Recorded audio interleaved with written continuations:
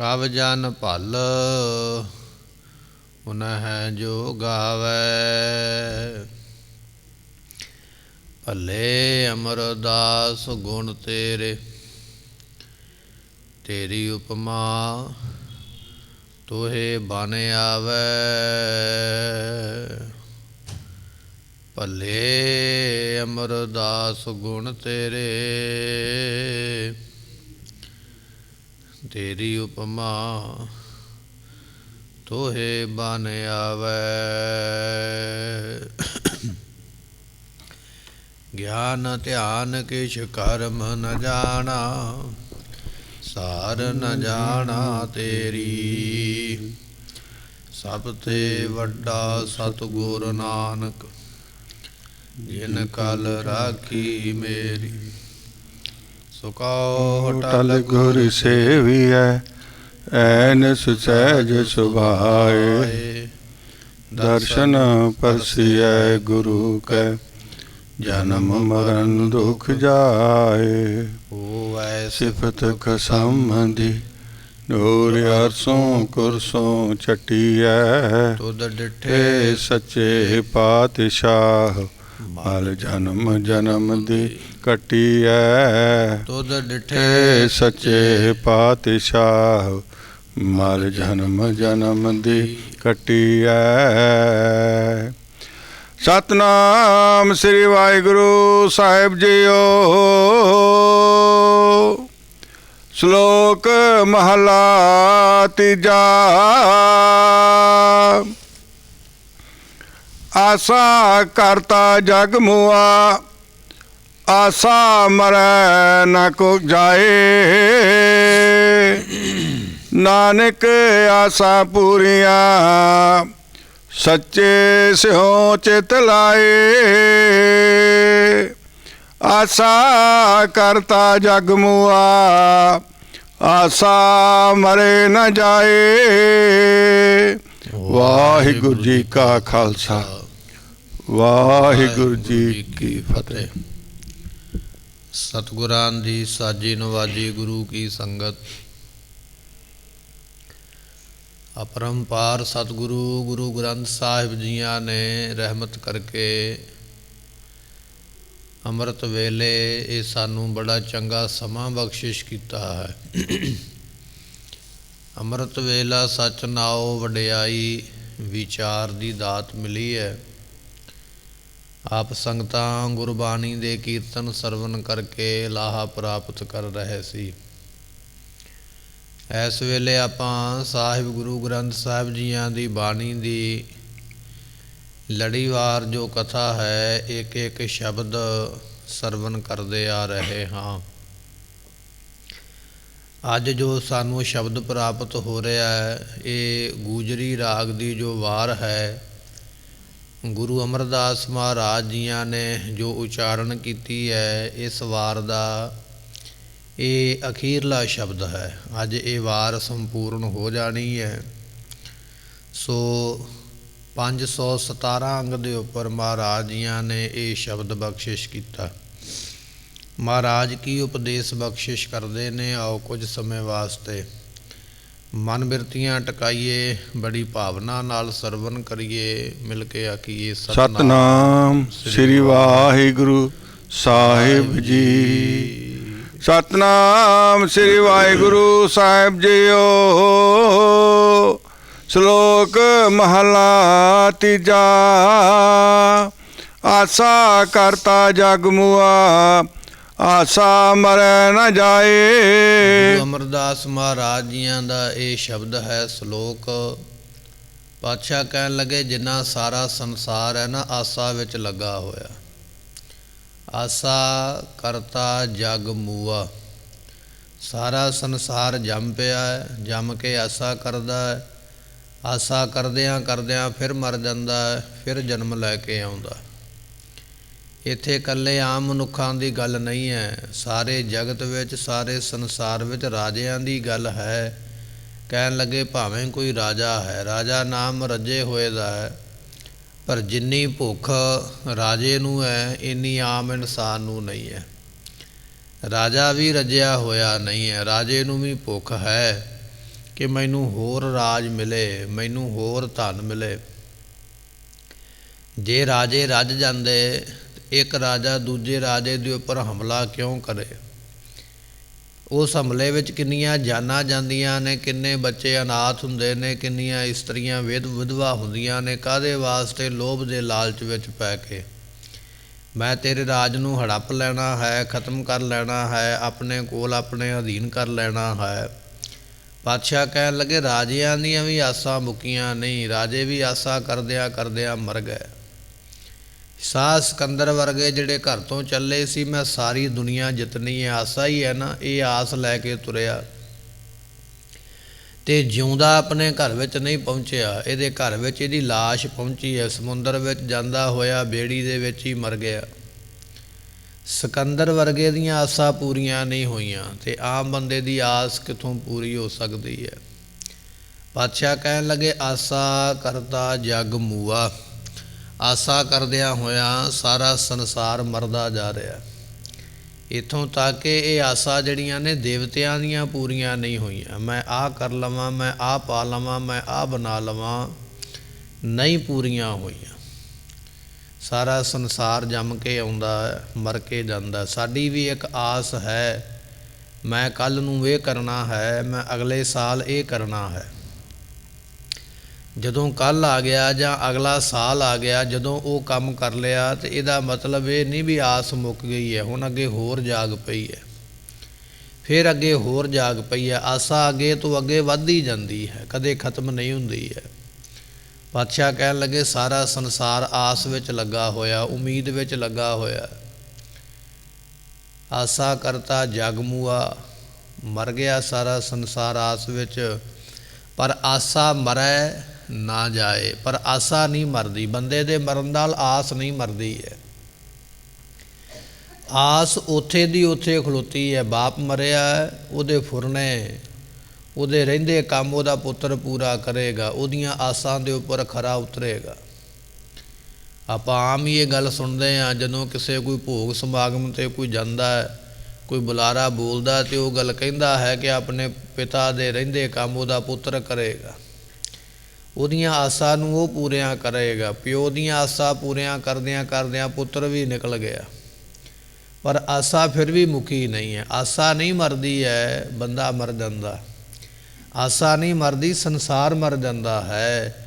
ਆਸਾ ਮਰੈ ਨਾ ਜਾਏ, ਨਾ ਹੀ ਇਹ ਕਿਤੇ ਜਾਂਦੀ ਹੈ, ਛੱਡ ਕੇ ਖਤਮ ਨਹੀਂ ਹੁੰਦੀ ਹੈ। ਨਾਨਕ ਆਸਾ ਪੂਰੀਆਂ ਸੱਚੇ ਸਿਉ ਚਿਤ ਲਾਏ।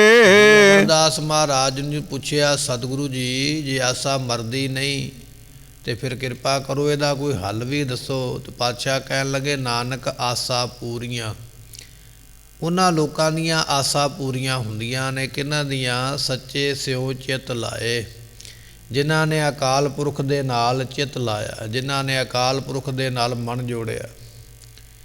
ਤੇ ਫਿਰ ਕੀ ਹੋ ਜਾਂਦਾ ਹੈ? ਜਦੋਂ ਪਰਮੇਸ਼ਰ ਮਿਲ ਗਿਆ ਤੇ ਮਹਾਰਾਜ ਕਹਿਣ ਲੱਗੇ ਜੇਵੜ ਆਪ ਤੇਵੜ ਤੇਰੀ ਦਾਤ। ਉਹ ਪਰਮੇਸ਼ਰ ਹੈ ਹੀ ਏਡਾ ਵੱਡਾ, ਜਿਨ੍ਹਾਂ ਨੂੰ ਉਹ ਮਿਲ ਜਾਂਦਾ, ਉਹਦੀਆਂ ਦਾਤਾਂ ਵੀ ਇੰਨੀਆਂ ਵੱਡੀਆਂ ਨੇ ਕਿ ਮੁੜ ਕੇ ਆਸ ਰਹਿ ਹੀ ਕੋਈ ਨਹੀਂ ਜਾਂਦੀ ਹੈ। ਬਲਕਿ ਜੇ ਕੋਈ ਆਸ ਲੈ ਕੇ ਵੀ ਆਇਆ ਨਾ ਨਾਮ ਜਪਣ ਵਾਸਤੇ, ਤੇ ਨਾਮ ਜਪ ਕੇ ਉਹਦੀ ਆਸਾ ਮਿਟ ਜਾਂਦੀ ਹੈ। ਨਾਨਕ ਆਸਾ ਪੂਰੀਆਂ ਜਾਂ ਮਿਟ ਗਈਆਂ ਜਾਂ ਅਕਾਲ ਪੁਰਖ ਨੇ ਪੂਰੀਆਂ ਕਰ ਦਿੱਤੀਆਂ। ਭਗਤ ਧਰੂ ਦਾ ਇਤਿਹਾਸ ਸਾਡੇ ਸਾਹਮਣੇ ਹੈ। ਰਾਜ ਦੀ ਆਸ ਲੈ ਕੇ ਗਿਆ, ਰਾਜ ਕਰਾਂ, ਪਰ ਜਦੋਂ ਪਰਮੇਸ਼ਰ ਜੀ ਮਿਲੇ ਕਹਿਣ ਲੱਗਾ ਹੁਣ ਆਸ ਰਹਿ ਹੀ ਕੋਈ ਨਹੀਂ ਗਈ, ਹੁਣ ਤੇ ਰਾਜ ਦੀ ਆਸ ਵੀ ਖਤਮ ਹੋ ਗਈ ਹੈ, ਹੁਣ ਨਹੀਂ ਮਨ ਕਰਦਾ ਕਿ ਮੈਂ ਰਾਜ ਮੰਗਾਂ। ਪਾਤਸ਼ਾਹ ਕਹਿਣ ਲੱਗੇ ਇਸ ਤਰ੍ਹਾਂ ਉਹਨਾਂ ਦੀਆਂ ਆਸਾਂ ਜਿਹੜੀਆਂ ਨੇ ਉਹ ਪਰਮਾਤਮਾ ਪੂਰੀਆਂ ਕਰ ਦਿੰਦਾ ਹੈ ਜਾਂ ਮਨ ਦੇ ਵਿੱਚੋਂ ਖਤਮ ਕਰ ਦਿੰਦਾ। ਸਤਿਗੁਰੂ ਪਾਤਸ਼ਾਹ ਜੀਆਂ ਦਾ ਬਚਨ ਹੈ, ਮਹਾਰਾਜ ਦਾ ਬਚਨ ਆਪਾਂ ਗੁਰਬਾਣੀ ਵਿੱਚ ਪੜ੍ਹਦੇ ਹਾਂ। ਸਤਿਗੁਰੂ ਪਾਤਸ਼ਾਹ ਕਹਿਣ ਲੱਗੇ ਕਾਮਾਰਥੀ ਸਵਾਰਥੀ ਵਾਕੀ ਪੈਜ ਸਵਾਰੀ, ਨਿਰਪ ਕੰਨਿਆ ਕੇ ਕਾਰਨੇਕ ਭਇਆ ਭੇਖ ਧਾਰੀ। ਕਾਮਾਰਥੀ ਸਵਾਰਥੀ ਤਾਕੀ ਪੈਜ ਸਵਾਰੀ, ਤਵ ਗੁਣ ਕਹਾਂ ਜਗਤ ਗੁਰਾ ਜੋ ਕਰਮ ਨ ਨਸੈ। ਸਿੰਘ ਸਰਨ ਕਤ ਜਾਈਐ ਜੋ ਜੰਬੁਕ ਗਰਾਸੈ। ਜੇ ਸ਼ੇਰ ਦੀ ਸ਼ਰਨ ਵਿੱਚ ਜਾ ਕੇ ਗਿੱਦੜ ਦਾ ਡਰ ਰਹਿਣਾ ਤੇ ਫਿਰ ਸ਼ੇਰ ਕੋਲ ਜਾਣ ਦਾ ਲਾਭ ਕੀ ਹੋਇਆ। ਜੇ ਪਰਮੇਸ਼ਰ ਦੀ ਸ਼ਰਨ ਵਿੱਚ ਜਾ ਕੇ ਵੀ ਆਸਾ ਦਾ ਡਰ ਰਹਿਣਾ ਹੈ, ਤ੍ਰਿਸ਼ਨਾ ਦਾ ਡਰ ਰਹਿਣਾ ਹੈ, ਵਿਕਾਰਾਂ ਦਾ ਡਰ ਰਹਿਣਾ, ਤੇ ਫਿਰ ਲਾਭ ਕੀ ਹੋਇਆ। ਇੱਥੇ ਇੱਕ ਉਦਾਹਰਨ ਦਿੰਦੇ ਨੇ, ਕਹਿਣ ਲੱਗੇ ਇੱਕ ਲੜਕਾ ਰਾਜਕੁਮਾਰੀ ਨਾਲ ਵਿਆਹ ਕਰਾਉਣ ਵਾਸਤੇ, ਉਹਦੀ ਪ੍ਰਾਪਤੀ ਕਰਨ ਵਾਸਤੇ ਨਹਿਰ ਦੇ ਕੰਢੇ 'ਤੇ ਜਾ ਕੇ ਬੈਠਦਾ, ਤਪ ਕਰਦਾ, ਕਈ ਯਤਨ ਕਰਦਾ, ਬਹਾਨੇ ਨਾਲ ਨਾਮ ਜਪਦਾ, ਮੈਂ ਤੇ ਨਾਮ ਜਪਦਾ ਪਿਆ। ਪਰ ਜਦੋਂ ਪਰਮਾਤਮਾ ਦੇ ਨਾਮ ਦੀ ਬਖਸ਼ਿਸ਼ ਹੋਈ, ਮਿਹਰ ਹੋਈ, ਮਨ ਦੇ ਵਿੱਚੋਂ ਫੁਰਨਾ ਹੀ ਖਤਮ ਹੋ ਗਿਆ, ਮਨ ਵਿੱਚੋਂ ਇਛਾਵਾਂ ਹੀ ਖਤਮ ਹੋ ਗਈਆਂ, ਆਸਾ ਮੁੱਕ ਹੀ ਗਈ ਵੀ ਨਹੀਂ ਹੁਣ ਇਹਨਾਂ ਆਸਾ ਦੀ, ਇਹ ਚੀਜ਼ਾਂ ਦੀ ਆਸ ਕੀ ਕਰਨੀ ਹੈ। ਸਤਿਗੁਰੂ ਪਾਤਸ਼ਾਹ ਮਹਾਰਾਜ ਕਹਿਣ ਲੱਗੇ, ਨਾਨਕ ਆਸਾ ਪੂਰੀਆਂ ਉਹਨਾਂ ਦੀਆਂ ਆਸਾ ਪੂਰੀਆਂ ਹੁੰਦੀਆਂ ਨੇ ਜੋ ਸੱਚੇ ਸੋ ਚਿਤ ਲਾਏ, ਜਿਹੜੇ ਅਕਾਲ ਪੁਰਖ ਦੇ ਨਾਲ ਚਿੱਤ ਲਾਉਂਦੇ ਨੇ, ਮਨ ਜੋੜਦੇ ਨੇ, ਉਹਨਾਂ ਦੀਆਂ ਆਸਾ ਵੀ ਫਿਰ ਉਹ ਪੂਰੀਆਂ ਕਰਦਾ ਹੈ, ਜਾਂ ਬਖਸ਼ਿਸ਼ ਇਹੋ ਜਿਹੀ ਕਰਦਾ ਹੈ ਕਿ ਆਸਾ ਨੂੰ ਸਦਾ ਵਾਸਤੇ ਮਨ ਵਿੱਚੋਂ ਮਿਟਾ ਦਿੰਦਾ ਹੈ। ਮਹੱਲਾ ਤੀਜਾ। ਆਸਾ ਮਨਸਾ ਮਰ ਜਾਏ ਸੀ, ਜਿਨ ਕੀਤੀ ਸੋ ਜਾਏ। ਜਿਹੜੀ ਮਨਸ਼ਾ ਬੁੱਧੀ ਹੈ ਨਾ, ਇਹਦੇ ਵਿੱਚੋਂ ਆਸਾ ਮਰ ਜਾਏਗੀ, ਖਤਮ ਹੋ ਜਾਏਗੀ, ਬੁੱਧੀ ਵਿੱਚ ਸੋਚ ਰਹਿ ਹੀ ਨਹੀਂ ਜਾਵੇਗੀ, ਬੁੱਧੀ ਵਿੱਚ ਉਮੀਦ ਰਹਿ ਨਹੀਂ ਜਾਏਗੀ, ਇਹ ਆਸਾ ਮਰ ਜਾਏਗੀ। ਤੇ ਜਾਂ ਮਹਾਰਾਜ ਕਹਿਣ ਲੱਗੇ, ਜਿਨ ਕੀਤੀ ਸੋ ਲੈ ਜਾਏ, ਜਿਹਨੇ ਪੈਦਾ ਕੀਤੀ ਆਸਾ ਪਰਮਾਤਮਾ ਨੇ, ਉਹ ਪਰਮਾਤਮਾ ਇਸ ਆਸਾ ਨੂੰ ਲੈ ਵੀ ਜਾਏਗਾ, ਵਾਪਸ ਵੀ ਕਰ ਲਵੇਗਾ, ਮੋੜ ਵੀ ਲਵੇਗਾ। ਜਿਸ ਨੇ ਆਸਾ ਭੇਜੀ ਹੈ ਉਹ ਅਕਾਲ ਪੁਰਖ ਆਸਾ ਨੂੰ ਮਾਰ ਦਿੰਦਾ ਹੈ, ਜਾਂ ਆਸਾ ਨੂੰ ਆਪਣੇ ਕੋਲ ਬੁਲਾ ਲੈਂਦਾ, ਆਪਣੇ ਨਾਲ ਲੈ ਜਾਂਦਾ ਹੈ। ਨਾਨਕ ਨਿਚਲ ਕੋ ਨਹੀਂ, ਬਾਜੋ ਹਰ ਕਹਿ ਨਾਏ। ਪਰਮੇਸ਼ਰ ਦੇ ਨਾਮ ਤੋਂ ਬਿਨਾਂ ਸਦਾ ਰਹਿਣ ਵਾਲਾ ਕੁਝ ਨਹੀਂ ਹੈ। ਨਾਨਕ ਨਿਹਚਲ ਕੋ ਨਹੀਂ, ਨਿਹਚਲ ਤੋਂ ਭਾਵ ਹੁੰਦਾ ਚੱਲਣ ਤੋਂ ਰਹਿਤ, ਚੱਲਣ ਤੋਂ ਰਹਿਤ ਇੱਕ ਪਰਮਾਤਮਾ ਦਾ ਨਾਮ ਹੀ ਹੈ, ਬਾਕੀ ਤੇ ਸਾਰਾ ਸੰਸਾਰ ਚੱਲਣ ਵਾਲਾ ਹੀ ਹੈ।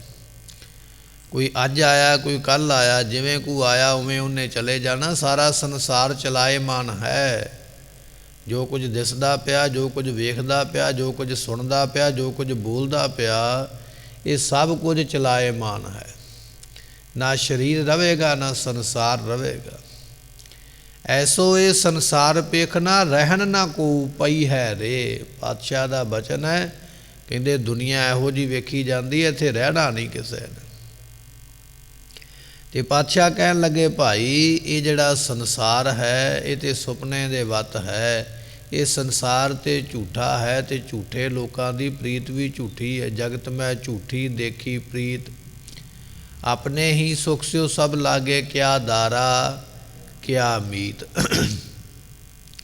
ਮੀਤ ਨਾਮ ਜਿਹੜੇ ਤੇਰੇ ਮਿੱਤਰ ਨੇ, ਉਹ ਵੀ ਆਪਣੇ ਵਾਸਤੇ ਆਪਣੇ ਸਵਾਰਥ ਨੂੰ, ਦਾਰਾ ਇਸਤਰੀ ਜਾਂ ਆਪਣਾ ਤੇਰਾ ਪਰਿਵਾਰ, ਸਾਰੇ ਸਵਾਰਥ ਨਾਲ ਤੇਰੇ ਨਾਲ ਜੁੜੇ ਨੇ। ਜਗਤ ਦੀ ਪ੍ਰੀਤੀ ਝੂਠੀ ਹੈ, ਨਾਸਵੰਤ ਹੈ। ਪਾਤਸ਼ਾਹ ਕਹਿਣ ਲੱਗੇ, ਭਾਈ ਸੋ ਪਰਮੇਸ਼ਰ ਦੇ ਨਾਮ ਤੋਂ ਬਿਨਾਂ ਸਾਰੀਆਂ ਆਸਾਂ ਝੂਠੀਆਂ ਨੇ, ਕੇਵਲ ਉਹਦਾ ਇੱਕ ਨਾਮ ਸੱਚਾ ਹੈ। ਪੌੜੀ ਆਪੇ ਜਗਤ ਉਪਾਇਨ ਕਰ ਪੂਰਾ ਥਾਟ। ਤੋਂ ਭਾਵ ਹੈ ਪੂਰਾ ਬਣਾਓ, ਬਣਾ ਕੇ ਉਸਨੇ ਸੰਸਾਰ ਬਣਾਇਆ ਹੈ। ਸੰਸਾਰ ਦੀ ਪੂਰੀ ਲੜੀ ਉਹਨੇ, ਪੂਰੀ ਬਣਾਵਟ ਬਣਾਈ ਹੈ। ਜੇ ਸਰੀਰ ਬਣਾਉਣ ਲੱਗਾ ਹੈ ਤੇ ਅੰਗ ਪ੍ਰਤੰਗ ਹੈ ਪੂਰੇ ਚੰਗੀ ਤਰ੍ਹਾਂ ਬਣਾਏ, ਸਰੀਰ ਨੂੰ ਸਜਾਇਆ ਹੈ। ਜੇ ਉਸਨੇ ਬਨਸਪਤੀ ਪੈਦਾ ਕੀਤੀ ਹੈ ਤੇ ਉਸ ਨੂੰ ਵੀ ਉਸਨੇ ਫਵਾਇਆ ਹੈ, ਸੋਹਣੇ ਫੁੱਲਾਂ ਨੂੰ ਸੋਹਣਾ ਰੰਗ ਦੇ ਕੇ, ਸੋਹਣੇ ਫਲਾਂ ਨੂੰ ਸੋਹਣਾ ਰਸ ਦੇ ਕੇ ਉਸਨੇ ਫਵਾਇਆ ਹੈ। ਪੂਰਾ ਥਾਟ, ਪੂਰੀ ਬਣਾਓ ਬਣਾਈ ਹੈ ਪਰਮੇਸ਼ਰ ਨੇ, ਅਤੇ ਫਿਰ ਸੰਸਾਰ ਉਸਨੇ ਪੈਦਾ ਕੀਤਾ। ਐਸਾ ਉਹ ਅਕਾਲ ਪੁਰਖ ਹੈ ਜਿਸ ਨੇ ਤੇਰੇ ਸਰੀਰ ਦੇ ਉੱਪਰ ਹੱਡੀਆਂ ਤੇ ਮਿੱਝ ਤੇ ਖੂਨ ਪਾ ਕੇ ਉੱਪਰ ਚਮੜੇ ਦਾ ਪੋਚਾ ਮਾਰ ਛੱਡਿਆ, ਚੰਮ ਲਾ ਕੇ ਤੈਨੂੰ ਸੋਹਣਾ ਬਣਾ ਦਿੱਤਾ ਹੈ। ਐਸਾ ਉਹ ਅਕਾਲ ਪੁਰਖ ਹੈ। ਆਪੇ ਸਾਹੋ ਆਪੇ ਵਣਜਾਰਾ, ਆਪੇ ਹੀ ਹਰ ਹਾਟ। ਪਰਮੇਸ਼ਰ ਆਪ ਹੀ ਸ਼ਾਹੋ ਸ਼ਾਹੂਕਾਰ ਹੈ, ਆਪ ਹੀ ਵਣਜਾਰਾ ਕਹੀਏ ਵਪਾਰੀ ਹੈ, ਅਤੇ ਆਪ ਹੀ ਉਹ ਹੱਟੀ ਰੂਪ ਹੈ। ਹੱਟੀ ਦੁਕਾਨ ਦੇ ਵਿੱਚ ਵੀ ਆਪ ਬੈਠਾ, ਦੁਕਾਨ ਦੇ ਵਿੱਚ ਸੌਦਾ ਰੂਪ ਵੀ ਆਪ ਹੈ, ਦੁਕਾਨ ਵੀ ਆਪ ਹੈ। ਤੇ ਦੁਕਾਨ ਦੇ ਗੱਲੇ ਤੇ ਬੈਠਾ ਹੋਇਆ, ਤਿਜੋਰੀ ਤੇ ਬੈਠਾ ਹੋਇਆ ਉਹ ਸ਼ਾਹੂਕਾਰ ਵੀ ਆਪ ਹੈ, ਤੇ ਉਸ ਦੁਕਾਨ ਤੇ ਸੌਦਾ ਢੋਣ ਵਾਲਾ, ਲੈ ਕੇ ਆਉਣ ਵਾਲਾ ਵੀ ਆਪ ਹੈ। ਫਿਰ ਮਹਾਰਾਜ ਫਰਮਾਉਂਦੇ ਹਨ, ਆਪੇ ਸਾਹੋ ਆਪੇ ਵਣਜਾਰਾ ਆਪੇ ਹੀ ਹਰ ਹਾਟ। ਸ਼ਾਹੋ ਕੀ, ਸ਼ਾਹੋ ਕਹਿੰਦੇ ਨੇ ਆਪ ਹੀ ਉਹ ਗੁਰੂ ਰੂਪ ਹੈ। ਗੁਰੂ ਰੂਪ ਵੀ ਆਪ ਹੋ ਰਿਹਾ, ਗੁਰੂ ਦੇ ਵਿੱਚ ਵੀ ਅਕਾਲ ਪੁਰਖ ਆਪ ਬੈਠਾ ਹੋਇਆ। ਆਪੇ ਵਣਜਾਰਾ, ਵਣਜਾਰਾ ਤੋਂ ਭਾਵ ਹੈ ਜਗਿਆਸੂ। ਜਗਿਆਸੂ ਉਹਨੂੰ ਕਹਿੰਦੇ ਨੇ ਜਿਹਦੇ ਮਨ ਵਿੱਚ ਜਗਿਆਸਾ ਹੈ, ਇੱਛਾ ਹੈ ਕਿ ਮੈਂ ਰੱਬ ਨੂੰ ਮਿਲਾਂ। ਮਿਲਿਆ ਨਹੀਂ ਪਰ ਉਸ ਰਸਤੇ 'ਤੇ ਚੱਲਿਆ ਹੋਇਆ ਰੱਬ ਨੂੰ ਮਿਲਣ ਵਾਸਤੇ, ਉਹਨੂੰ ਕਿਹਾ ਜਾਂਦਾ ਜਗਿਆਸੂ, ਇੱਛਾ ਰੱਖ ਕੇ ਚੱਲਣ ਵਾਲਾ। ਇੱਛਾ ਕੀ ਹੈ? ਪਰਮੇਸ਼ਰ ਨੂੰ ਮਿਲਣ ਦੀ। ਪਾਤਸ਼ਾਹ ਕਹਿਣ ਲੱਗੇ ਜਗਿਆਸੂ ਵਿਦਿਆਰਥੀ ਵੀ ਆਪ ਹੈ, ਗੁਰੂ ਵੀ ਆਪ ਹੈ। ਆਪੇ ਹੀ ਹਰ ਹਾਟ, ਹੱਟੀ ਕਿਹੜੀ ਹੈ? ਸਤ ਸੰਗਤ ਦੀ, ਜਿੱਥੋਂ ਸਭ ਕੁਝ ਮਿਲਦਾ ਹੈ। ਆਪਾਂ ਹੱਟੀ 'ਤੇ ਜਾਂਦੇ ਹਾਂ, ਹੱਟੀ ਤੋਂ ਪਦਾਰਥ ਮਿਲਦੇ ਨੇ, ਦੁਕਾਨ ਤੋਂ, ਸ਼ੋਰੂਮ ਤੋਂ, ਜਾਂ ਵੱਡੇ ਵੱਡੇ ਮੌਲ ਬਣੇ ਨੇ, ਉੱਥੋਂ ਸਮਾਨ ਮਿਲਦਾ, ਉੱਥੇ ਜਾਈਦਾ। ਇਹ ਸਤ ਸੰਗਤ ਜਿਹੜੀ ਹੈ, ਜਿੱਥੇ ਆ ਕੇ ਬੈਠੇ ਆ, ਇਹ ਵੀ ਇੱਕ ਰੱਬ ਦੀ ਹੱਟੀ ਹੈ। ਜਿਹੜਾ ਪਦਾਰਥ ਸੰਸਾਰ ਦੀਆਂ ਦੁਕਾਨਾਂ ਤੋਂ ਨਹੀਂ ਮਿਲੇਗਾ, ਉਹ ਪਦਾਰਥ ਤੈਨੂੰ ਸੰਗਤ ਵਿੱਚੋਂ ਮਿਲੇਗਾ। ਕਿਹੜੀ ਦਾਤ ਹੈ ਜਿਹੜੀ ਸੰਗਤ ਵਿੱਚੋਂ ਨਾ ਮਿਲੇ? ਇਹ ਸੰਗਤ ਰੱਬ ਦੀ ਹੱਟੀ ਹੈ, ਇੱਥੋਂ ਜੋ ਮਰਜ਼ੀ ਤੂੰ ਖਰੀਦ ਸਕਦਾ ਹੈ, ਐਸੀ ਉਹ ਬਖਸ਼ਿਸ਼ ਕਰਦਾ ਹੈ। ਆਪੇ ਸਾਗਰ ਆਪੇ ਬੋਹਿਥਾ ਆਪੇ ਹੀ ਖੇਵਾਟ। ਪਰਮਾਤਮਾ ਆਪ ਸਾਗਰ ਸਮੁੰਦਰ ਹੈ, ਆਪ ਹੀ ਜਹਾਜ਼ ਹੈ, ਆਪ ਹੀ ਖੇਵਾਟ ਕਹੀਏ ਕਿਨਾਰਾ ਹੈ। ਪਰਮਾਤਮਾ ਕਿਨਾਰਾ ਕੰਢਾ ਵੀ ਆਪ ਹੈ। ਜਿਸ ਤਰ੍ਹਾਂ ਜਹਾਜ਼ ਕੰਢੇ 'ਤੇ ਲੱਗਦੇ, ਕਿਨਾਰੇ 'ਤੇ ਲੱਗਦੇ, ਬੰਦਰਗਾਹਾਂ 'ਤੇ ਲੱਗਦੇ ਨੇ, ਬੰਦਰਗਾਹ ਵੀ ਆਪ ਹੈ, ਕਿਨਾਰਾ ਵੀ ਆਪ ਹੈ, ਜਹਾਜ਼ ਵੀ ਆਪ ਹੈ, ਅਤੇ ਸਮੁੰਦਰ ਵੀ ਆਪ ਹੈ। ਫਿਰ ਬਖਸ਼ਿਸ਼ ਕਰਦੇ ਹਨ, ਆਪੇ ਸਾਗਰ ਆਪੇ ਬੋਹਿਥਾ ਆਪੇ ਹੀ ਖੇਵਾਟ। ਸਾਗਰ ਕਹੀਏ ਸੰਸਾਰ, ਉਹ ਸੰਸਾਰ ਰੂਪੀ ਸਾਗਰ ਵੀ ਆਪ ਹੈ। ਸੰਸਾਰ ਵੀ ਆਪ ਉਸਨੇ ਪੈਦਾ ਕੀਤਾ। ਜਿਨ ਸੰਸਾਰ ਉਪਾਇਆ, ਸਿਰੈ ਸਿਰ ਧੰਦੇ ਲਾਇਆ, ਵੇਖਿਆ ਕੀਤਾ ਆਪਣਾ, ਕਰ ਕੁਦਰਤ ਪਾਸਾ ਢਾਲ ਜੀਓ। ਬਾਣੀ ਦਾ ਬਚਨ ਹੈ। ਸੰਸਾਰ ਪੈਦਾ ਕਰਨ ਵਾਲਾ ਆਪ, ਸੰਸਾਰ ਨੂੰ ਵੇਖਣ ਵਾਲਾ ਆਪ ਹੈ। ਆਪੇ ਸਾਗਰ ਸੰਸਾਰ ਰੂਪ ਆਪ ਹੈ। ਆਪੇ ਬੋਹਿਥਾ, ਬੋਥਾ ਕਹਿੰਦੇ ਜਹਾਜ਼। ਜਹਾਜ਼ ਕੀ ਹੈ? ਗਿਆਨ। ਗਿਆਨ ਰੂਪ ਵੀ ਆਪ ਹੈ। ਗੁਰੂ ਕਿਹਾ ਸਿੱਖਾ, ਜਿਵੇਂ ਜਹਾਜ਼ 'ਤੇ ਬਹਿ ਕੇ ਤਰ ਜਾਈਦਾ, ਪਾਣੀ ਵਿੱਚ ਡੁੱਬੀ ਦਾ ਨਹੀਂ, ਇਸੇ ਤਰ੍ਹਾਂ ਜਦੋਂ ਗਿਆਨ ਦੇ ਜਹਾਜ਼ 'ਤੇ ਚੜ੍ਹੇਗਾ, ਸੰਸਾਰ ਵਿੱਚ ਵੀ ਨਹੀਂ ਡੁੱਬੇਗਾ। ਪਰ ਉਹ ਗਿਆਨ ਤੈਨੂੰ ਗੁਰੂ ਕੋਲੋਂ ਮਿਲਣਾ। ਇੱਥੋਂ ਆ ਕੇ ਗਿਆਨ ਲੈ, ਉਸ ਗਿਆਨ ਦੀ ਕਮਾਈ ਕਰ, ਵੀ ਗੁਰੂ ਕਹਿੰਦਾ ਕੀ ਹੈ, ਫਿਰ ਤਰ ਜਾਵੇਂਗਾ। ਆਪੇ ਹੀ ਖੇਵਾਟ, ਅਤੇ ਆਪ ਹੀ ਵੈਰਾਗ ਰੂਪ ਕਿਨਾਰਾ ਹੈ। ਜਿਨ੍ਹਾਂ ਨੂੰ ਵੈਰਾਗ ਆਇਆ ਨਾ, ਮਨ ਵੈਰਾਗ ਭਇਆ, ਦਰਸ਼ਨ ਦੇਖਣੇ ਕਾ ਚਾਓ। ਜਿਨ੍ਹਾਂ ਦੇ ਮਨ ਵਿੱਚ ਵੈਰਾਗ ਆਇਆ, ਪਰਮੇਸ਼ਰ ਦੇ ਦੀਦਾਰ ਕਰਨ ਦਾ, ਪ੍ਰਾਪਤੀ ਉਹਨਾਂ ਨੂੰ ਹੋਈ ਹੈ। ਆਪੇ ਗੁਰ ਚੇਲਾ ਹੈ ਆਪੇ ਆਪੇ ਦੱਸੇ ਘਾਟ। ਆਪ ਹੀ ਗੁਰੂ ਰੂਪ ਹੈ, ਆਪ ਹੀ ਚੇਲਾ ਰੂਪ ਹੈ। ਗੁਰੂ ਬਣ ਕੇ ਉਪਦੇਸ਼ ਵੀ ਆਪ ਦਿੰਦਾ ਹੈ, ਚੇਲਾ ਬਣ ਕੇ ਉਪਦੇਸ਼ ਵੀ ਆਪ ਲੈਂਦਾ ਹੈ। ਵਾਹੋ ਵਾਹੋ ਗੋਬਿੰਦ ਸਿੰਘ ਆਪੇ ਗੁਰ ਚੇਲਾ। ਬਚਨ ਪੜ੍ਹਦੇ ਆ, ਗੁਰੂ ਗੋਬਿੰਦ ਸਿੰਘ ਬਣ ਕੇ, ਗੁਰੂ ਬਣ ਕੇ ਆਪ ਅੰਮ੍ਰਿਤ ਦਿੰਦਾ ਹੈ। ਆਪ ਹੀ ਚੇਲਾ ਬਣ ਕੇ ਪੰਜ ਪਿਆਰਿਆਂ ਦੇ ਰੂਪ ਦੇ ਵਿੱਚ ਆਪ ਅੰਮ੍ਰਿਤ ਦੀ ਦਾਤ ਲੈਂਦਾ ਹੈ। ਸੋ ਪਾਤਸ਼ਾਹ ਕਹਿਣ ਲੱਗੇ ਆਪੇ ਦੱਸੇ ਘਾਟ। ਆਪ ਹੀ ਘਾਟ, ਕਿਨਾਰਾ ਦੱਸਣ ਵਾਲਾ, ਕੰਢਾ ਦੱਸਣ ਵਾਲਾ ਹੈ। ਪਹਿਲੀ ਪੰਕਤੀ ਵਿੱਚ ਮਹਾਰਾਜ ਨੇ ਬਖਸ਼ਿਸ਼ ਕੀਤਾ ਸੀ, ਆਪੇ ਸਾਗਰ ਆਪੇ ਬੋਹਿਥਾ ਆਪੇ ਹੀ ਖੇਵਾਟ। ਖੇਵਾਟ ਕਹਿੰਦੇ ਮਲਾਹ। ਜਿਵੇਂ ਮਲਾਹ ਬੇੜੀ ਨੂੰ ਕਿਨਾਰੇ ਲਾਉਂਦਾ, ਬੰਨੇ ਲਾਉਂਦਾ, ਇਸ ਤਰ੍ਹਾਂ ਆਪ ਗੁਰੂ ਬਖਸ਼ਿਸ਼ ਕਰ ਦਿੰਦਾ, ਰਹਿਮਤ ਕਰ ਦਿੰਦਾ। ਆਪ ਹੀ ਇਸ ਬੇੜੇ ਨੂੰ ਪਾਰ ਲਾਉਣ ਵਾਲਾ ਹੈ। ਐਸੀ ਰਹਿਮਤ ਹੁੰਦੀ ਹੈ। ਜਨ ਨਾਨਕ ਨਾਮ ਧਿਆਏ ਤੋਂ ਸਭ ਕਿਲ ਵੇਖ ਕਾਟ। ਸ਼ੁੱਧ ਨਾਮ ਜਪਿਆ ਹੈ, ਜਿਨ੍ਹਾਂ ਨੇ ਗੁਰਬਾਣੀ ਪੜ੍ਹੀ ਹੈ, ਨਾਨਕ ਨਾਮ ਧਿਆਏ ਤੂੰ। ਭਾਈ ਪਿਆਰਿਆ, ਨਾਮ ਧਿਆ, ਨਾਮ ਜਪ। ਫਿਰ ਕੀ ਹੋਵੇਗਾ? ਨਾਮ ਜਪ ਕੇ ਦਵਾਈ ਹੱਥ 'ਤੇ ਰੱਖੀ ਹੈ, ਖਾਣ ਤੋਂ ਪਹਿਲਾਂ ਪੁੱਛੇਗਾ ਇਹ ਦਵਾਈ ਖਾਵਾਂਗਾ ਕੀ ਹੋਵੇਗਾ? ਦਵਾਈ ਖਾਵੇਂਗਾ, ਬਿਮਾਰੀ ਦੂਰ ਹੋਵੇਗੀ। ਪਾਤਸ਼ਾਹ ਕਹਿਣ ਲੱਗੇ ਜਦ ਨਾਨਕ ਨਾਮ ਧਿਆਏ ਤੂੰ ਨਾਮ ਨੂੰ ਧਿਆ। ਨਾਮ ਦੀ ਦਵਾਈ ਖਾਵੇਂਗਾ, ਸਭ ਕਿਲ ਵੇਖ ਕਾਟ, ਜਿਹੜੇ ਕਿਲ ਵੇਖ ਬੱਜਰ ਪਾਪ ਤੂੰ ਕੀਤੇ ਨੇ ਉਹ ਕੱਟੇ ਜਾਣਗੇ। ਜਿਵੇਂ ਆਰੀ ਲੋਹੇ ਨੂੰ ਕੱਟ ਦਿੰਦੀ ਹੈ, ਆਰੀ ਲੱਕੜ ਨੂੰ ਕੱਟ ਦਿੰਦੀ ਹੈ, ਪਰਮੇਸ਼ਰ ਦਾ ਨਾਮ ਤੇਰੇ ਪਾਪਾਂ ਨੂੰ ਕੱਟ ਦੇਵੇਗਾ, ਖਤਮ ਕਰ ਦੇਵੇਗਾ। ਸਭ ਕਿਲ ਵੇਖ ਕਾਟ, ਜਿੰਨੇ ਕਿਲ ਵੇਖ ਬੱਜਰ ਪਾਪ ਨੇ ਉਹ ਕਾਟ ਕੱਟੇ ਜਾਣਗੇ, ਰਹਿਣਗੇ ਕੋਈ ਨਹੀਂ। ਸੋ ਅੱਗੇ ਮਹਾਰਾਜ ਜੀਆਂ ਨੇ 22 ਅੰਕ ਲਿਖਿਆ ਹੈ। ਇਸ ਵਾਰ ਦੀਆਂ 22 ਸ਼ਲੋਕ 22 ਪੌੜੀਆਂ ਨੇ, ਗਿਣਤੀ ਦਿੱਤੀ ਹੈ। ਇਸ ਵਾਰ ਦੀਆਂ 22 ਪੌੜੀਆਂ ਸਮੇਤ ਸ਼ਲੋਕਾਂ ਤੇ ਮਹੱਲੇ ਦੇ ਸੰਪੂਰਨ ਹੋਈਆਂ। ਅੱਗੇ ਮਹਾਰਾਜ ਨੇ ਬਚਨ ਲਿਖਿਆ ਸੁਧ। ਸੁਧ ਤੋਂ ਭਾਵ ਇਹ ਹੈ ਵੀ ਇਸ ਵਾਰ ਦੇ ਵਿੱਚ, ਇਸ ਬਾਣੀ ਦੇ ਵਿੱਚ ਕੋਈ ਵੀ ਘਾਟਾ ਵਾਧਾ ਕਰਨ ਦਾ ਯਤਨ ਨਾ ਕਰੇ ਵੀ ਮੈਂ ਸਿਆਣਾ ਤੇ ਮੈਂ ਕਲਮ ਚੁੱਕਦਾ, ਇੱਥੇ ਸਿਹਾਰੀ ਨਹੀਂ ਲੱਗੀ, ਇੱਥੇ ਬਿਹਾਰੀ ਨਹੀਂ ਲੱਗੀ, ਇਹਦਾ ਮਤਲਬ ਇਹ ਨਹੀਂ ਬਣਦਾ, ਇਹਦਾ ਭਾਵ ਇਹ ਨਹੀਂ ਬਣਦਾ। ਇਸ ਤਰ੍ਹਾਂ ਦੀ ਘਾਟ ਵਾਧ ਕਰਨ ਦਾ ਕੋਈ ਯਤਨ ਨਾ ਕਰੇ। ਇਹ ਬਿਲਕੁਲ ਸੁੱਧ ਹੈ। ਇਹ ਗੁਰੂ ਅਰਜਨ ਸਾਹਿਬ ਪਾਤਸ਼ਾਹ ਨੇ ਬਚਨ ਲਿਖਵਾਇਆ। ਵਾਰ ਦੇ ਥੱਲੇ ਵੀ ਬਚਨ ਪੂਰੇ ਅਟਲ ਤੇ ਸੱਚੇ ਨੇ, ਇਹਨਾਂ ਵਿੱਚ ਕੋਈ ਘਾਟ ਵਾਧ ਨਾ ਕੀਤੀ ਜਾਵੇ। ਰਾਗ ਗੁਜਰੀ ਵਾਰ ਮਹੱਲਾ ਪੰਜਵਾ, ਇੱਕ ਓਂਕਾਰ ਸਤਿਗੁਰ ਪ੍ਰਸਾਦ। ਇੱਥੇ ਗੁਰੂ ਅਮਰਦਾਸ ਜੀਆਂ ਦੀ ਵਾਰ ਪੂਰੀ ਹੋਈ ਹੈ। ਹੁਣ ਸਾਹਿਬ ਗੁਰੂ ਅਰਜਨ ਦੇਵ ਪਾਤਸ਼ਾਹ ਜੀ ਗੌੜੀ ਰਾਗ, ਵਾਹਿਗੁਰੂ ਜੀ ਗੂਜਰੀ ਰਾਗ ਦੇ ਵਿੱਚ ਇੱਕ ਆਪਣੇ ਵੱਲੋਂ ਵਾਰ ਬਖਸ਼ਿਸ਼ ਕਰਦੇ ਨੇ। ਰਾਗ ਗੂਜਰੀ, ਰਾਗ ਦਾ ਨਾਮ ਗੂਜਰੀ ਹੈ। ਸਵੇਰੇ 7:30 ਵਜੇ ਇਸ ਨੂੰ ਗਾਇਆ ਜਾ ਸਕਦਾ। ਵਾਰ ਬਖਸ਼ਿਸ਼ ਕਰਦੇ ਨੇ। ਮਹੱਲਾ ਪੰਜਵਾਂ, ਪੰਜਵੇਂ ਪਾਤਸ਼ਾਹ ਗੁਰੂ ਅਰਜਨ ਸਾਹਿਬ ਜੀਆਂ ਦੀ ਇਹ ਬਾਣੀ ਹੈ। ਇੱਕ ਓੰਕਾਰ ਸਤਿਗੁਰ ਪ੍ਰਸਾਦ, ਅਕਾਲ ਪੁਰਖ ਨਿਰੰਕਾਰ ਇੱਕ ਹੈ। ਉਹਦੀ ਪ੍ਰਾਪਤੀ ਗੁਰੂ ਕਿਰਪਾ ਨਾਲ, ਗੁਰੂ ਬਖਸ਼ਿਸ਼ ਨਾਲ ਹੁੰਦੀ ਹੈ। ਸ਼ਲੋਕ ਮਹੱਲਾ ਪੰਜਵਾ। ਪਾਤਸ਼ਾਹ ਜੀ ਸ਼ਲੋਕ ਬਖਸ਼ਿਸ਼ ਕਰਦੇ ਨੇ। ਕਿਸੇ ਸਿੱਖ ਨੇ ਪੁੱਛਿਆ ਮਹਾਰਾਜ ਨੂੰ ਆ ਕੇ, ਕਹਿਣ ਲੱਗਾ ਸਤਿਗੁਰੂ ਜੀ ਮੇਰਾ ਇੱਕ ਸਵਾਲ ਹੈ, ਆਪ ਜੀ ਕਿਰਪਾ ਕਰਕੇ ਮੈਨੂੰ ਸਮਝਾਓ। ਤੇ ਸਤਿਗੁਰੂ ਕਹਿਣ ਲੱਗੇ ਕੀ ਸਵਾਲ ਹੈ? ਕਹਿੰਦਾ ਜੀ ਦਰਗਾਹ ਦੇ ਵਿੱਚ ਥਾਂ ਕਿਹਨਾਂ ਨੂੰ ਮਿਲਦੀ ਹੈ? ਸੱਚਖੰਡ ਦੇ ਵਿੱਚ ਜਾ ਕੇ ਕੌਣ ਬੈਠਣਗੇ? ਕਿਹਨਾਂ ਨੂੰ ਸੱਚਖੰਡ ਦੀ ਪ੍ਰਾਪਤੀ ਹੁੰਦੀ ਹੈ? ਕਿਰਪਾ ਕਰਕੇ ਦੱਸੋ। ਤੇ ਮਹਾਰਾਜ ਫਿਰ ਇਸ ਸ਼ਬਦ ਵਿੱਚ ਉਪਦੇਸ਼ ਬਖਸ਼ਦੇ ਹਨ।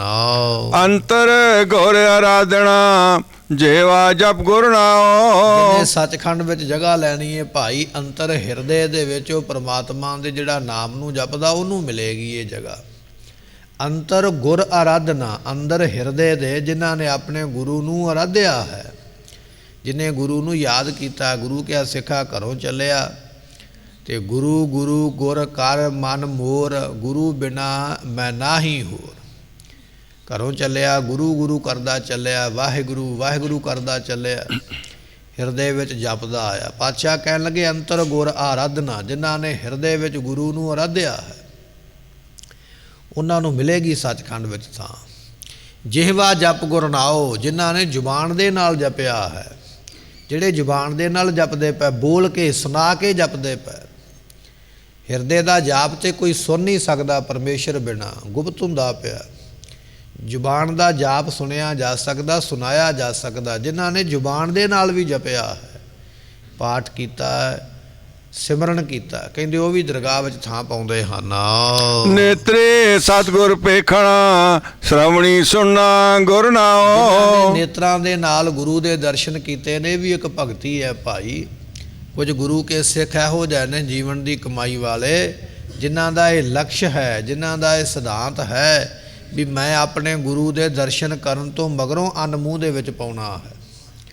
ਐਸੇ ਵੀ ਨੇਮੀ ਪ੍ਰੇਮੀ ਨੇ। ਮਾਤਾ ਸਾਹਿਬ ਕੌਰ ਜੀਆਂ ਨੇ ਧੰਨ ਗੁਰੂ ਗੋਬਿੰਦ ਸਿੰਘ ਮਹਾਰਾਜ ਜੀਆਂ ਨੂੰ ਬੇਨਤੀ ਕੀਤੀ ਸੀ, ਪਾਤਸ਼ਾਹ ਜੀ ਸਾਨੂੰ ਵਾਪਸ ਜਾਣ ਵਾਸਤੇ ਕਹਿੰਦੇ ਪਏ, ਪਰ ਅਸੀਂ ਤੇ ਤੁਹਾਡੇ ਦਰਸ਼ਨਾਂ ਤੋਂ ਬਿਨਾਂ ਭੋਜਨ ਨਹੀਂ ਗ੍ਰਹਿਣ ਕਰਦੇ, ਤੁਹਾਡੇ ਦਰਸ਼ਨ ਕਰਕੇ ਭੋਜਨ ਛਕਦੇ ਹਾਂ।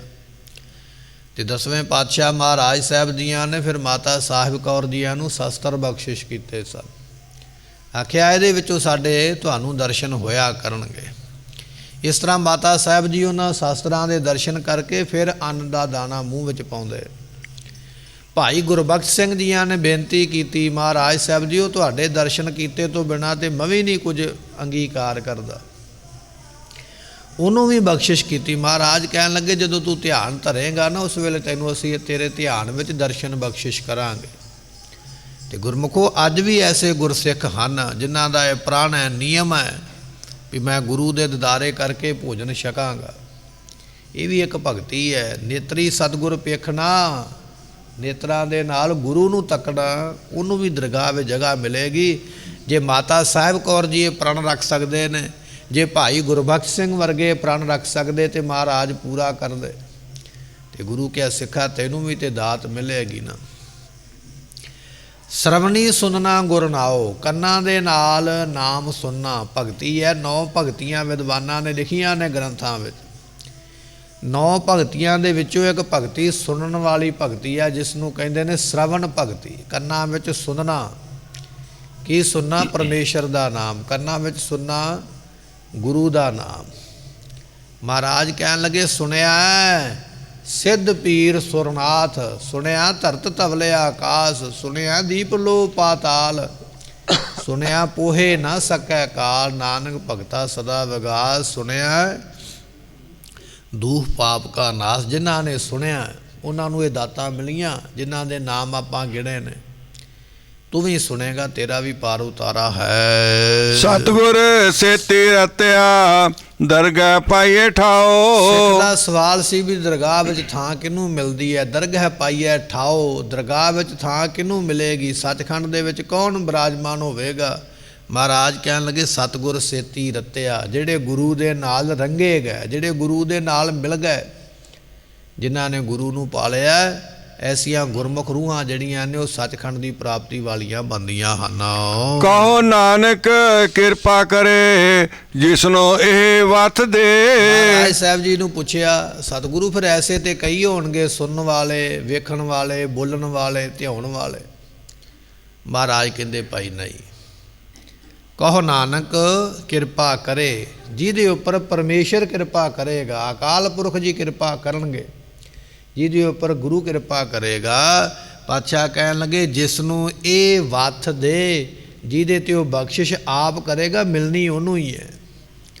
ਸਭਨੀ ਛਾਲਾਂ ਮਾਰੀਆਂ ਕਰਤਾ ਕਰੇ ਸੋ ਹੋਏ। ਛਾਲਾਂ ਤੇ ਸਾਰੇ ਹੀ ਮਾਰਦੇ ਨੇ, ਯਤਨ ਤੇ ਸਾਰੇ ਹੀ ਕਰਦੇ, ਪਰ ਯਤਨ ਸਫਲਾ ਉਹਦਾ ਹੋਣਾ ਜਿਹਦੇ ਉੱਪਰ ਗੁਰੂ ਪਰਮੇਸ਼ਰ ਮਿਹਰਬਾਨ ਹੋਵੇਗਾ। ਪਾਤਸ਼ਾਹ ਕਹਿਣ ਲੱਗੇ ਕਹੋ ਨਾਨਕ ਕਿਰਪਾ ਕਰੇ। ਜਦੋਂ ਗੁਰੂ ਦੇ ਅੱਗੇ ਮੱਥਾ ਟੇਕਦਾ ਝੋਲੀ ਅੱਡ ਕੇ ਕਿਰਪਾ ਮੰਗਿਆ ਕਰ, ਰਹਿਮ ਮੰਗਿਆ ਕਰ, ਤਰਸ ਮੰਗਿਆ ਕਰ। ਹੈ ਗੁਰੂ, ਐ ਸਤਿਗੁਰੂ ਰਹਿਮ ਕਰੋ ਮੇਰੇ ਤੇ, ਰਹਿਮ ਕਰੋ ਮੇਰੇ ਤੇ, ਮੇਰੇ ਤੇ ਕਿਰਪਾ ਕਰੋ।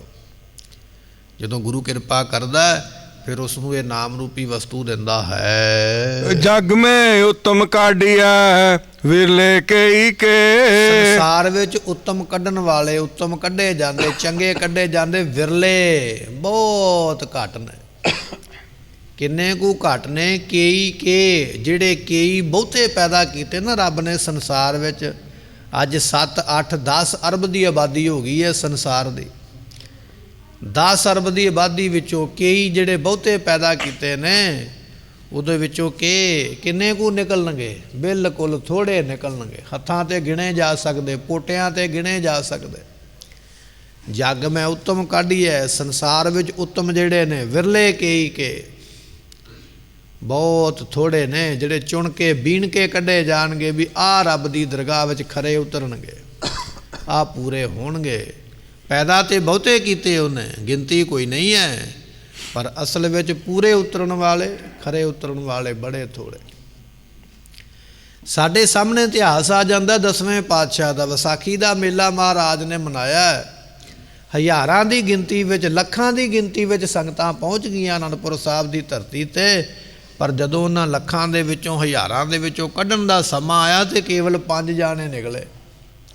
ਵਿਰਲੇ ਕਈ ਕੇ, ਵਿਰਲੇ ਹੁੰਦੇ ਨੇ, ਲੱਖਾਂ ਵਿੱਚ ਵੀ 5 ਹੀ ਨਿਕਲੇ ਜਿਹੜੇ ਹੱਥਾਂ 'ਤੇ ਗਿਣੇ ਜਾ ਸਕਦੇ। ਇਸ ਤਰ੍ਹਾਂ ਬਖਸ਼ਿਸ਼ ਵਾਲੇ ਬਹੁਤ ਘੱਟ ਹਨ। ਮਹੱਲਾ ਪੰਜਵਾਂ। ਰੱਖੇ ਰੱਖਣਹਾਰ ਆਪ ਬਾਹਰੀਆਂ। ਗੁਰੂ ਪਾਤਸ਼ਾਹ ਕਹਿਣ ਲੱਗੇ ਰੱਖਣਹਾਰ ਪਰਮੇਸ਼ਰ, ਜਿਹਨੂੰ ਹੱਥ ਦੇ ਕੇ ਰੱਖੇ ਉਹੀ ਰੱਖਿਆ ਜਾ ਸਕਦਾ, ਉਸ ਨੂੰ ਉਬਾਰਿਆਂ ਆਪ ਹੀ ਬਚਾ ਲੈਂਦਾ ਹੈ। ਗੁਰ ਕੀ ਪੈਰੀ ਪਾਏ ਕਾਜ ਸਵਾਰੀਆਂ। ਗੁਰੂ ਦੇ ਚਰਨਾਂ ਨਾਲ ਜੋੜ ਦੇਵੇ ਪਰਮੇਸ਼ਰ, ਜਿਹੜਾ ਕੋ ਗੁਰੂ ਚਰਨਾਂ ਨਾਲ ਆ ਕੇ ਜੁੜ ਜਾਵੇ, ਜਿਹਨੂੰ ਉਹ ਸਮੱਤ ਬਖਸ਼ਿਸ਼ ਕਰ ਦੇਵੇ, ਜਿਹਦੇ ਤੇ ਰਹਿਮ ਕਰਕੇ ਜਿਹਨੂੰ ਸੋਝੀ ਦੇ ਦੇਵੇ। ਗੁਰ ਕੀ ਪੈਰੀ ਪਾਏ, ਉਹ ਗੁਰੂ ਦੇ ਚਰਨਾਂ 'ਤੇ ਆ ਕੇ ਪੈਂਦੇ। ਤੇ ਕਾਜ ਸਵਾਰਿਆਂ, ਮਨੁੱਖਾ ਜਨਮ ਰੂਪੀ ਕਾਰਜ ਉਹਨਾਂ ਦਾ ਸਫਲਾ ਹੋ ਗਿਆ। ਮਨੁੱਖਾ ਜਨਮ ਮਿਲਿਆ, ਸਫਲਾ ਹੋ ਗਿਆ। ਦੁਨੀਆ ਤੇ ਆਇਓ, ਸਫਲੇ ਹੋ ਗਏ। ਜਿਸ ਵਾਸਤੇ ਆਏ ਸੀ, ਕਾਹਦੇ ਵਾਸਤੇ ਆਏ ਸੀ? ਆਇਓ ਸੁਣਨ ਪੜ੍ਹਨ ਕੋ ਬਾਣੀ, ਇਸ ਕੰਮ ਵਾਸਤੇ ਆਏ। ਇਹ ਕੰਮ ਸਫਲਾ ਹੋ ਗਿਆ, ਸਰੀਰ ਵੀ ਸਫਲਾ ਹੋ ਗਿਆ, ਕੰਮ ਵੀ ਉਹਨਾਂ ਦੇ ਸਫਲੇ ਹੋ ਜਾਂਦੇ ਹਨ। ਹੋਆ ਆਪ ਦਇਆਲ ਮਨੋ ਨਾ ਵਿਸਾਰਿਆ। ਜਿਨ੍ਹਾਂ ਦੇ ਉੱਪਰ ਦਿਆਲੂ ਹੋ ਜਾਂਦਾ ਨਾ, ਉਹਨਾਂ ਨੂੰ ਕਦੇ ਆਪਣੇ ਮਨ ਵਿੱਚੋਂ ਭੁਲਾਉਂਦਾ ਨਹੀਂ। ਜਿਨ੍ਹਾਂ ਉੱਪਰ ਪਰਮੇਸ਼ਰ ਦਿਆਲੂ ਹੈ, ਉਹਨਾਂ ਨੂੰ ਕਦੇ ਆਪਣੇ ਮਨ ਵਿੱਚੋਂ ਭੁਲਾਉਂਦਾ ਨਹੀਂ। ਹੋਆ ਆਪ ਦਿਆਲ, ਜਿਨ੍ਹਾਂ 'ਤੇ ਦਿਆਲੂ ਹੋਇਆ ਹੈ, ਆਪ ਉਹਨਾਂ ਦੇ ਉੱਪਰ ਰਹਿਮ ਕਰਕੇ ਮਨੋ ਨਾ ਵਿਸਾਰਿਆਂ, ਮਨੋਂ ਭੁਲਾਉਂਦਾ ਨਹੀਂ। ਜਾਂ ਇਸ ਤਰ੍ਹਾਂ ਵੀ ਕਹਿ ਸਕਦਾ, ਗੁਰੂ ਕਿਹਾ ਸਿੱਖਾ, ਜਿਹਦੇ ਉੱਪਰ ਉਹ ਦਿਆਲੂ ਹੁੰਦਾ ਉਹਦੇ ਮਨ ਵਿੱਚੋਂ ਆਪਣੇ ਆਪ ਨੂੰ ਭੁੱਲਣ ਨਹੀਂ ਦਿੰਦਾ। ਉਹਨੂੰ ਸਮਾਧੀ ਇੰਨੀ ਬਖਸ਼ਿਸ਼ ਕਰ ਦੇਣਾ ਕਿ ਉਹ 24 ਘੰਟੇ ਯਾਦ ਹੀ ਉਹਨੂੰ ਕਰਦਾ ਹੈ। ਹੋਆ ਆਪ ਦਿਆਲ, ਜਿਹਦੇ 'ਤੇ ਦਿਆਲੂ ਹੋਵੇ, ਫਿਰ ਉਹ ਜੀਵ ਦੀ, ਉਹ ਗੁਰਮੁਖ ਦੀ ਨਿਸ਼ਾਨੀ ਕੀ ਹੈ? ਮਨੋ ਨਾ ਵਿਸਾਰਿਆਂ। ਉਹ ਗੁਰੂ ਕਾ ਸਿੱਖ ਕਦੇ ਵੀ ਆਪਣੇ ਗੁਰੂ ਨੂੰ ਮਨ ਤੋਂ ਭੁਲਾਉਂਦਾ ਨਹੀਂ ਹੈ। ਸਾਧ ਜਨਾ ਕੈ ਸੰਗ ਭਵਜਲ ਤਾਰਿਆ। ਸਾਧੂਆਂ ਦੀ ਸੰਗਤ, ਜੇ ਸੰਗਤ ਵਿੱਚ ਬੈਠੇ ਹੋ, ਇਹਦੇ ਤੋਂ ਵੱਡੀ ਕੋਈ ਦਾਤ ਨਹੀਂ ਹੈ ਸੰਸਾਰ ਦੇ ਵਿੱਚ, ਇਹਦੇ ਤੋਂ ਵੱਡੀ ਬਖਸ਼ਿਸ਼ ਕੋਈ ਨਹੀਂ ਹੈ। ਇਹ ਗੱਲ ਵੱਖਰੀ ਹੈ ਕਿ ਸਾਨੂੰ ਸੋਝੀ ਨਹੀਂ। ਸਾਧ ਜਨਾ ਕੈ ਸੰਗ ਭਵਜਲ ਤਾਰਿਆ ਨੇ, ਜਿਹੜਾ ਭਵਜਲ ਸੰਸਾਰ ਸਮੁੰਦਰ ਹੈ, ਇਹ ਸੰਗਤ ਵਿੱਚ ਬੈਠ ਕੇ ਸੰਸਾਰ ਸਮੁੰਦਰ ਤੋਂ ਤੈਨੂੰ ਗੁਰੂ ਤਾਰ ਦੇਵੇਗਾ, ਐਸੀ ਬਖਸ਼ਿਸ਼ ਹੁੰਦੀ ਹੈ। ਸਾਕਤ ਨਿੰਦਕ ਦੋਸ਼ਟ ਖਿਨਮਾ ਬਿਦਾਰੀਆਂ। ਜਿਹੜੇ ਨਿੰਦਕ ਨੇ ਨਿੰਦਿਆ ਕਰਨ ਵਾਲੇ, ਜਿਹੜੇ ਦੁਸ਼ਟ ਨੇ ਦੁਸ਼ਟਤਾਈ ਕਰਨ ਵਾਲੇ, ਜਿਹੜੇ ਸਾਗਤ ਨੇ ਮਨਮੁਖ ਪਾਪੀ, ਜਿਹੜੇ ਤੈਨੂੰ ਦੁੱਖ ਦਿੰਦੇ ਨੇ, ਖਿਨ ਮਾਹੇ ਬਿਦਾਰਿਆਂ, ਇੱਕ ਖਿਣ ਦੇ ਵਿੱਚ ਪਰਮਾਤਮਾ ਨਾਸ ਕਰ ਦੇਵੇਗਾ। ਰੱਬ ਦੇ ਭਗਤ ਨੂੰ, ਗੁਰਮੁਖ ਨੂੰ, ਨਾਮ ਜਪਣ ਵਾਲੇ ਨੂੰ ਜਿਹੜਾ ਦੁਸ਼ਟ ਤੰਗ ਕਰਦਾ ਹੈ, ਜਿਹੜਾ ਸਾਕਤ ਤੰਗ ਕਰਦਾ ਹੈ, ਜਿਹੜਾ ਨਿੰਦਕ ਨਿੰਦਿਆ ਕਰਦਾ, ਇੱਕ ਖਿਣ ਵਿੱਚ ਉਸ ਨੂੰ ਨਾਸ ਕਰ ਦਿੰਦਾ। ਜੋ ਜੋ ਤੇਰੇ ਭਗਤ ਦੁਖਾਏ, ਉਹ ਤਤਕਾਲ ਤੁਮ ਮਾਰਾ, ਐਸੀ ਉਹ ਮਿਹਰ ਕਰਦਾ ਹੈ। ਤੇ ਸਾਹਿਬ ਕੀ ਟੇਕ ਨਾਨਕ ਮਨੈ ਮਾਹੇ। ਸਾਡੇ ਹਿਰਦੇ ਵਿੱਚ ਗੁਰਮੁਖ ਇਹ ਗੱਲ ਕਹਿੰਦੇ ਨੇ, ਤਿਸ ਸਾਹਿਬ ਕੀ ਟੇਕ, ਉਸ ਅਕਾਲ ਪੁਰਖ ਦੀ ਟੇਕ, ਉਹਦਾ ਭਰੋਸਾ, ਉਹਦੀ ਓਟ ਮਨੈ ਮਾਹੇ, ਸਾਡੇ ਮਨ ਦੇ ਵਿੱਚ, ਸਾਡੇ ਹਿਰਦੇ ਵਿੱਚ ਹੈ। ਜੇ ਸਿਮਰਤ ਸੁਖ ਹੋਏ ਸਗਲੇ ਦੁੱਖ ਜਾਹੇ। ਜਿਸ ਨੂੰ ਸਿਮਰ ਕੇ, ਜੇ ਸਿਮਰਤ ਸੁਖ ਹੋਏ, ਜਿਸ ਦਾ ਸਿਮਰਨ ਕੀਤਿਆਂ ਸੁਖ ਹੁੰਦਾ ਹੈ। ਸੋ ਜੇ ਸਿਮਰਤ ਸਭ ਕਿਲ ਵਿਖ ਨਾਸੈ, ਪਿਤਰੀ ਹੋਏ ਉਧਾਰੋ। ਸੋ ਹਰ ਹਰ ਤੁਮ ਸਦ ਹੀ ਜਾਪੋ, ਜਾ ਕਾ ਅੰਤ ਨਾ ਪਾਰੋ। ਪੂਤਾ ਮਾਤਾ ਕੀ ਆਸੀਸ, ਨਿਮਖ ਨਾ ਬਿਸਰੋ ਤੁਮ ਕੋ, ਹਰ ਹਰ ਸਦਾ ਭਜੋ। ਜਗਦੀਸ਼ ਬਾਣੀ ਦਾ ਬਚਨ ਹੈ। ਜਿਹਨੂੰ ਸਿਮਰ ਕੇ ਸੁਖ ਹੁੰਦਾ ਹੈ, ਸਗਲੇ ਦੁੱਖ ਜਾਹੇ। ਜਿਹੜੇ ਦੁੱਖ ਨੇ ਨਾ ਤਮਾਮ ਤੇਰੇ ਸਰੀਰ ਦੇ, ਦੁੱਖ ਨੇ ਤੇਰੇ ਮਨ ਦੇ, ਦੁੱਖ ਨੇ ਤੇਰੇ ਪਰਿਵਾਰ ਦੇ, ਇਹ ਸਾਰੇ ਦੁੱਖਾਂ ਨੂੰ ਉਹ ਨਾਸ ਕਰ ਦਿੰਦਾ ਹੈ। ਪੌੜੀ ਅਕਲ ਰੰਜਨ ਪੁਰਖ ਅਗਮ ਅਪਾਰੀਆ। ਅਕੁਲ ਤੋਂ ਭਾਵ ਹੁੰਦਾ ਜਿਹੜਾ ਕੁਲਾਂ ਤੋਂ ਰਹਿਤ ਹੈ। ਸਾਡੀ ਕੁਲ ਹੈ, ਮੇਰਾ ਦਾਦਾ ਪੜਦਾਦਾ, ਅੱਗੇ ਲੱਕੜ ਦਾਦਾ, ਮੇਰੀ ਇਹ ਜਾਤ ਹੈ, ਮੈਂ ਇੱਥੋਂ ਚੱਲਿਆ। ਸਾਡੀ ਇੱਕ ਕੁਲ ਹੈ, ਸਾਡਾ ਇੱਕ ਖਾਨਦਾਨ ਹੈ। ਪਰਮਾਤਮਾ ਦਾ ਕੋਈ ਖਾਨਦਾਨ ਨਹੀਂ ਹੈ, ਕੋਈ ਕੁਲ ਨਹੀਂ ਹੈ, ਕੋਈ ਉਹਦਾ ਬਾਪ ਨਹੀਂ ਹੈ। ਨਾ ਤਿਸ ਬਾਪ ਨਾ ਮਾਏ ਕਿਣ ਤੂੰ ਜਾਇਆ। ਪਰਮਾਤਮਾ ਕੌਣ ਹੈ ਤੇਰਾ ਮਾਂ ਤੇ ਕੌਣ ਹੈ ਬਾਪ? ਤੈਨੂੰ ਪੈਦਾ ਕਿੰਨੇ ਕੀਤਾ? ਕੋਈ ਨਹੀਂ ਹੈ। ਅਕੁਲ ਹੈ, ਕੁਲਾਂ ਤੋਂ ਰਹਿਤ, ਨਿਰੰਜਨ ਮਾਇਆ ਦੀ ਮੈਲ ਤੋਂ ਰਹਿਤ, ਪੁਰਖ ਨਰਕਾਂ ਤੋਂ ਰੱਖਿਆ ਕਰਨ ਵਾਲਾ, ਜਾਂ ਪੁਰਖ ਕਹੀਏ ਮਰਦ ਸਰੂਪ ਹੈ। ਅਗੰਮ ਖੌਫ ਤੋਂ ਰਹਿਤ ਹੈ, ਅਪਾਰੀਏ ਪਾਰਾਵਾਰ ਤੋਂ ਰਹਿਤ ਹੈ। ਸੱਚੋ ਸੱਚਾ ਸੱਚ ਸੱਚ ਨਿਹਾਰਿਆ। ਸੱਚੇ ਗੁਰਾਂ ਦੇ ਕੋਲ ਜਾ ਕੇ ਸੱਚਾ ਉਪਦੇਸ਼ ਲੈ ਕੇ ਸੱਚੇ ਸ਼ਬਦ ਦੀ ਕਮਾਈ ਕੀਤੀ ਹੈ, ਉਹ ਸੱਚ ਸਰੂਪ ਪਰਮਾਤਮਾ ਨੂੰ ਵੇਖ ਲੈਂਦੇ ਹਨ। ਕੂੜ ਨਾ ਜਾਪੇ ਕੇਸ਼ ਤੇਰੀ ਧਾਰਿਆ। ਪਰਮਾਤਮਾ ਇਹ ਸਭ ਕੁਝ ਤੂੰ ਬਣਾਇਆ ਹੋਇਆ, ਇਸ ਕਰਕੇ ਕੁਝ ਵੀ ਝੂਠ ਨਹੀਂ ਹੈ। ਕਿਹਨੂੰ ਝੂਠ ਕਹੀਏ, ਕਿਹਨੂੰ ਮਾੜਾ ਕਹੀਏ? ਸਾਰਿਆਂ ਵਿੱਚ ਤੇਰੀ ਚੇਤਨ ਸਤਾ ਬਖਸ਼ਿਸ਼ ਕੀਤੀ ਹੈ। ਸਭ ਸੈ ਦੇ ਦਾਤਾਰ ਜੇ ਤੋ ਜਿੰਨੇ ਪਾਰੀਐ। ਵੀ ਪੈਦਾ ਕੀਤੇ ਨੇ ਸਾਰਿਆਂ ਨੂੰ ਤੂੰ ਦਾਤਾ ਬਣ ਕੇ ਦਾਤ ਦਿੰਦਾ ਪਿਆ ਹੈ। ਇਕਤ ਸੂਤ ਪਰੋਏ ਜੋਤ ਸੰਜਾਰੀਐ। ਇਕਤ ਸੂਤ, ਇਕਤ ਨਹੀਂ ਇਕਤ ਸੂਤ ਪਰੋਏ, ਇੱਕ ਸਵਾਸਾਂ ਦੀ ਡੋਰੀ ਵਿੱਚ ਸਾਰੇ ਪਰੋਏ ਹੋਏ ਨੇ, ਸਾਰਿਆਂ ਨੂੰ ਸਵਾਸ ਆਉਂਦਾ ਪਿਆ। ਭਾਵੇਂ ਰੁੱਖ ਹੈ ਤੇ ਭਾਵੇਂ ਫੁੱਲ ਹੈ, ਇਹ ਵੀ ਸਵਾਸਾਂ ਦੇ ਨਾਲ ਹੀ ਚੱਲਦੇ ਪਏ, ਇੱਕੇ ਸੂਤ ਦੇ ਪਰੋਤੇ ਹੋਏ ਨੇ। ਪਾਤਸ਼ਾਹ ਕਹਿਣ ਲੱਗੇ ਜੋਤ ਸੰਚਾਰੀ ਹੈ, ਪਰਮਾਤਮਾ ਦੀ ਜਿਹੜੀ ਜੋਤ ਹੈ ਨਾ ਚੇਤਨ ਸੱਤਾ, ਉਹ ਸਾਰਿਆਂ ਦੇ ਵਿੱਚ ਸੁਭਾਇਮਾਨ ਹੋ ਰਹੀ ਹੈ। ਹੁਕਮੇ ਭਵਜਲ ਮੰਜ ਹੁਕਮੈ ਤਾਰੀਐ। ਹੁਕਮ ਦੇ ਵਿੱਚ ਹੀ ਮਨਮੁਖ ਸੰਸਾਰ ਵਿੱਚ ਡੁੱਬਦੇ ਪਏ, ਹੁਕਮ ਦੇ ਵਿੱਚ ਗੁਰਮੁਖ ਸੰਸਾਰ ਤੋਂ ਤਰਦੇ ਪਏ ਹਨ। ਪ੍ਰਭ ਜੀਓ ਤੁਧ ਧਿਆਏ ਸੋਏ ਜਿਸ ਭਾਗ ਮਥਾਰੀਐ। ਪਾਤਸ਼ਾਹ ਕਹਿਣ ਲੱਗੇ ਪ੍ਰਭ ਜੀਓ ਤੁਧ ਧਿਆਏ, ਜਿਹੜੇ ਤੈਨੂੰ ਧਿਆਉਂਦੇ ਨੇ ਸੋਏ ਉਹ ਜਿਹੜੇ ਗੁਰਮੁਖ ਨੇ, ਜਿਨ੍ਹਾਂ ਦੇ ਭਾਗ ਵੱਡੇ ਨੇ, ਉਹ ਤੈਨੂੰ ਧਿਆ ਕੇ ਸਫਲੇ ਹੁੰਦੇ ਹਨ। ਤੇਰੀ ਗਤ ਮਿਤ ਲਖੀ ਨ ਜਾਏ ਹਉ ਤੁਧ ਬਲਿਹਾਰੀਐ। ਕੁਰਬਾਨ ਜਾਈਏ, ਤੇਰੀ ਗਾਤ ਮਿਤ ਜਾਣੀ ਨਹੀਂ ਜਾਂਦੀ। ਗਾਤ ਤੂੰ ਕੀ ਕਰਨੀ ਹੈ, ਉਹਦੀ ਮਿਤ ਮਰਿਆਦਾ ਨਹੀਂ ਜਾਣੀ ਜਾਂਦੀ। ਤੂੰ ਕੀ ਕਰ ਦੇਣਾ ਹੈ, ਕੀ ਕਰ ਸਕਦਾ ਹੈ, ਸੋ ਇਸ ਮਰਿਆਦਾ ਨੂੰ ਕੋਈ ਸਮਝ ਨਹੀਂ ਸਕਦਾ, ਕੋਈ ਜਾਣ ਨਹੀਂ ਸਕਦਾ। ਐਸੀ ਬਖਸ਼ਿਸ਼ ਤੂੰ ਕਰਨ ਵਾਲਾ ਹੈ।